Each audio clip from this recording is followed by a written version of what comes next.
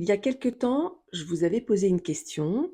J'avais posé une question à mes abonnés qui me suivent sur les réseaux, sur quel est l'événement, quel est l'élément qui vous a fait changer de vie? Moi-même, j'ai changé de vie en 2017. Je suis Virginie, je suis thérapeute et j'analyse vos attitudes, j'analyse votre vie pour soulager vos stress et vos angoisses. Et quand je vous ai posé cette question, bien souvent, la réponse qui m'est venue, c'est: «J'ai changé de vie après une dépression. J'ai changé de vie après un burn-out. J'ai changé de vie après une déception sentimentale». Très souvent, le changement de vie survient après un chaos et ce n'est pas pour rien. Parce qu'en fait, bien avant ce chaos, vous avez des signes indicateurs que dans votre vie, ça ne va pas. Très souvent, on n'est pas aligné, on n'est pas complètement à l'aise dans nos baskets et il y a des petits signes dans notre vie qui viennent nous dire: ça va pas». Mais bien souvent, on choisit de les ignorer. Alors, soit parce que c'est plus confortable pour nous et qu'on n'ose pas sortir de notre zone de confort, qu'on n'ose pas changer de vie, ou soit parce qu'on n'en a pas réellement on n'en a pas réellement conscience. Parce que bien souvent, ce sont des croyances qui nous viennent de notre enfance. Une façon de fonctionner qui est ancrée en nous, qui est ancrée dans notre cerveau, qui nous viennent ou de notre famille ou des personnes qui ont été référentes pour nous dans notre éducation. Et très souvent, ce sont même des valeurs qui ne nous appartiennent pas. Donc, on vit une vie qui n'est pas la nôtre. Et ça nous conduit à de la dépression, à des burn-out, à un mal-être, à des angoisses, à des crises de panique, telles que moi j'ai pu en faire en 2017 et aujourd'hui, j'ai réussi à les comprendre, les analyser, à vivre avec et je peux accompagner les autres aujourd'hui. Mais donc, dans cette question que j'avais posée à mes abonnés, c'est très clairement ce qui est ressorti. Donc, comme je disais, bien souvent, avant un changement de vie, il y a un chaos. On peut aussi appeler ça la nuit noire de l'âme. Je pense que peut-être pour ceux qui sont un petit peu dans le monde du développement personnel et un petit peu dans le monde holistique, ésotérique, vous avez pu entendre parler de ça. Cette nuit noire de l'âme, elle nous amène, vraiment à toucher le fond. C'est-à-dire que on arrive à un point de non-retour. On arrive à un point de rupture. C'est-à-dire que bien souvent, tout notre monde s'effondre. Ça va être le travail, ça va être la famille, ça va être les amis, ça va être le partenaire. Ça touche un domaine de vie et ça va venir toucher tous les autres domaines de vie. Alors, dans les accompagnements, on peut, avant d'en arriver là, avant d'en arriver au chaos, on peut voir déjà dans quel domaine de votre vie où ça pêche, où il y a ce petit problème, où il y a ce signe précurseur que peut-être vous allez vivre ce chaos. Ça ne veut pas dire que vous allez le vivre, mais peut-être. Et si on arrive à mettre le doigt dessus, si on arrive à voir ce qui ne va pas dans un des domaines de votre vie avant que ça ne touche les autres domaines, alors peut-être que vous allez pouvoir passer à côté de la dépression.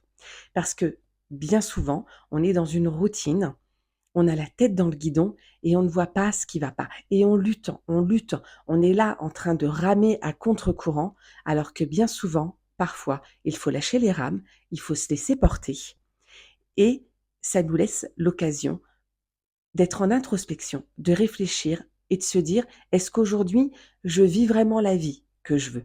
Est-ce qu'aujourd'hui, la vie que je mène, je me sens épanouie? Est-ce qu'elle me rend heureuse?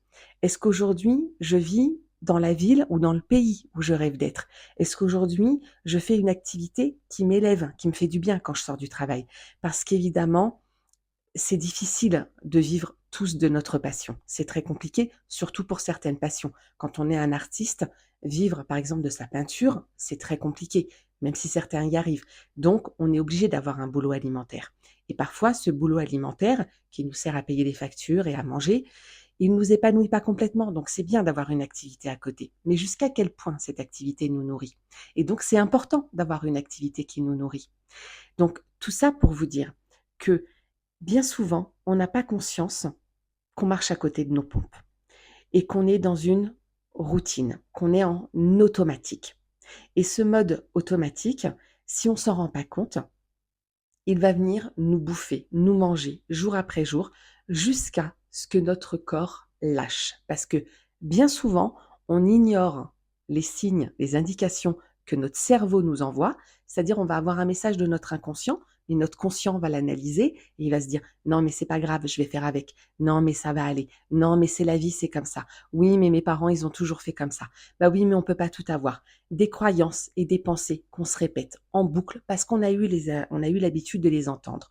Or, quand on se pose et quand on réfléchit à soi, à se recentrer, à se dire: «Mais qui moi je suis vraiment? Qui vraiment j'ai envie d'être? À quoi j'aspirais quand j'étais petit?» On va petit à petit se reconnecter à qui on est vraiment. Alors, quand on vit une forte dépression, quand on vit cette nuit noire de l'âme, quand on vit ce chaos, il est important de prendre le temps juste d'être avec soi-même.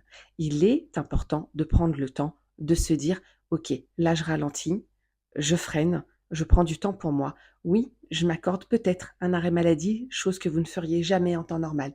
Oui, je m'accorde 2, 3 jours de vacances et encore, c'est pas assez, je vous assure, quand on vit vraiment une dépression, quand on vit vraiment un chaos, ce n'est pas assez». Mais ça permet peut-être de renouer et de faire le tri. Est-ce que ce travail-là est vraiment fait pour moi? Est-ce que cette personne-là est vraiment faite pour moi? Ou est-ce que moi, je suis faite pour cette personne? Est-ce que les gens de mon entourage, ils sont vraiment là pour me porter, pour m'élever? Ou est-ce qu'au contraire, ils me tirent vers le bas? Ou est-ce qu'au contraire, ils me freinent? Ça permet de faire le point. Mais vous voyez que bien souvent, quand on est arrivé au pied du mur, quand il nous arrive cet événement et qu'on n'a plus le choix, et ben, c'est là où on se transforme. C'est là où notre vie se modifie parce qu'on n'a plus le choix. Et c'est tellement dommage d'en arriver là, d'en arriver à ce chaos, d'en arriver à cette dépression, d'être arrivé au pied du mur pour changer. Et parfois, c'est des petits riens, c'est juste une petite régule à faire, c'est juste une petite balance. Et parfois, on n'y arrive pas. Et parfois, il faut être accompagné par des thérapeutes, par des psychologues, parfois par des psychiatres, parce qu'on a besoin, oui, d'un support chimique, parce que quand le système nerveux est déréglé, quand l'hormone, le cortisol, a atteint le plafond, qu'il a explosé et qu'il n'est plus régulé naturellement, on a parfois besoin d'un coup de main. Moi, je suis thérapeute holistique et ésotérique et je crois en quelque chose de plus grand que nous et je crois que notre inconscient lié à l'univers, la source, est capable de grandes choses. Mais je crois aussi que la médecine traditionnelle et la thérapie holistique vont ensemble, elles vont de pair et ça permet encore plus de se soulager et de se soigner. Il ne faut pas fermer les portes et il ne faut pas être complètement, pardon de le dire, abruti et se dire: «Non, non, non, je crois plus du tout en la médecine, c'est que de la chimie et c'est que chimique et ça n'arrangera rien à mon corps» et à l'inverse, se dire: «Non, non, non, mais moi, je crois, que, en la lithothérapie», que je pratique, attention, mais ça ne suffit pas. Je pense sincèrement que l'esprit, l'inconscient, l'univers et la médecine traditionnelle sont liés, je tiens vraiment à le préciser, mais que avant d'en arriver à ce changement, à cette transformation, cette obligation de changement, cette obligation de transformation, parce qu'on arrive à un stade où on ne peut plus faire autrement. Avant d'en arriver là, il faut écouter les petits signes et parfois, c'est rien du tout. C'est parfois quand on se lève le matin, on a une petite angoisse et on ne sait pas pourquoi. Il faut se poser la question: à quoi c'est dû? Avant, je me réveillais pas, j'étais pas angoissée comme ça. Qu'est-ce qui fait que maintenant je suis angoissée? Ça peut être tout et n'importe quoi. Ça peut être le travail, comme ça peut être des problèmes de facture, comme ça peut être un problème, de séparation dans le couple, ça peut être tout et n'importe quoi. Écoutez les petites alertes, ça vous permettra de modifier, de faire des petits changements, de faire des petits réglages avant d'en arriver à des grands changements. Et quand on arrive à des grands changements, le sport permet de réguler le cortisol, c'est le meilleur antidépresseur au monde. L'alimentation permet de réguler ça aussi, et ça c'est très important. Alors, on peut manger de tout en quantité raisonnable, mais essayez d'avoir une alimentation où justement qui est riche en tout, en fonction de ce qu'on peut manger et de vos Hem, j'allais dire vos allergies si vous en avez et de vos tolérances, évidemment. Ensuite, tout ce qui est de l'ordre de la relaxation et de la méditation. On pourra revenir dessus parce qu'on n'est pas obligé de passer des heures à méditer. On peut aussi méditer en pleine conscience, boire son café le matin ou son thé le matin ou juste être en contemplation, heu, à regarder à l'extérieur quand on prend les transports, ça peut être une méditation. On n'est pas obligé de sombrer dans quelque chose de très profond, mais juste de relâcher les tensions. Vous avez aussi la nature qui peut vous aider, les balades en pleine nature, les animaux, être au contact, des animaux, ça peut aider. Vous l'aurez compris, en fait, cette vidéo, elle est vraiment destinée aux personnes qui commencent à se poser des questions, qui commencent à se dire: je sens qu'il y a quelque chose qui va pas dans ma vie, mais j'arrive pas à identifier ce que c'est». Ou alors cette vidéo, elle est peut-être aussi pour toi qui vraiment va très mal en ce moment, qui pleure tous les jours et qui sent qu'elle part en dépression, qui n'arrive plus à se lever le matin.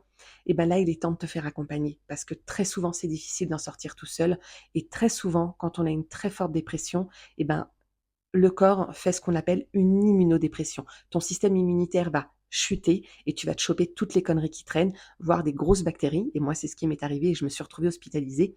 Et donc, du coup, eh ben, potentiellement, tu peux y rester sans vouloir t'inquiéter. Donc, il est bon de réagir avant. Donc voilà, pour répondre à mes abonnés qui ont eu la gentillesse de répondre à cette question que je leur avais posée sur les réseaux sociaux, qu'est-ce qui a fait que vous avez basculé? Qu'est-ce qui a fait que vous avez changé de vie? À quoi est dû votre changement de vie? Et bien souvent, c'est ça. C'est dû à un choc, émotionnel ou physique et je trouve qu'il est dommage d'en arriver là avant de pouvoir faire les petits réglages. J'en profite pour vous dire que j'ai créé un programme qui s'appelle Métamorphose et qui peut vous aider à initier ce petit, changement, à initier cette petite transformation. C'est un programme en ligne sur 31 jours. Il est disponible sur mon site internet.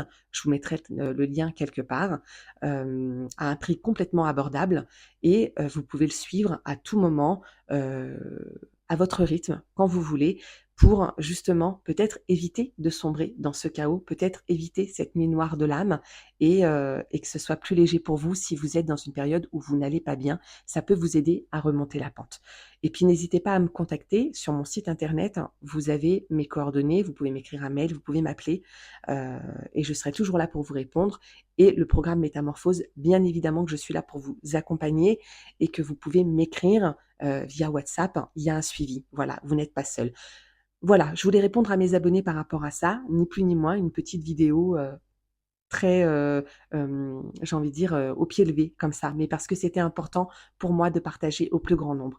J'en profite pour vous dire: prenez soin de vous, vraiment, sincèrement. N'hésitez pas à m'écrire, à me poser des questions, heu, si vous avez quoi que ce soit qui vous donne un indice que vous n'allez pas bien.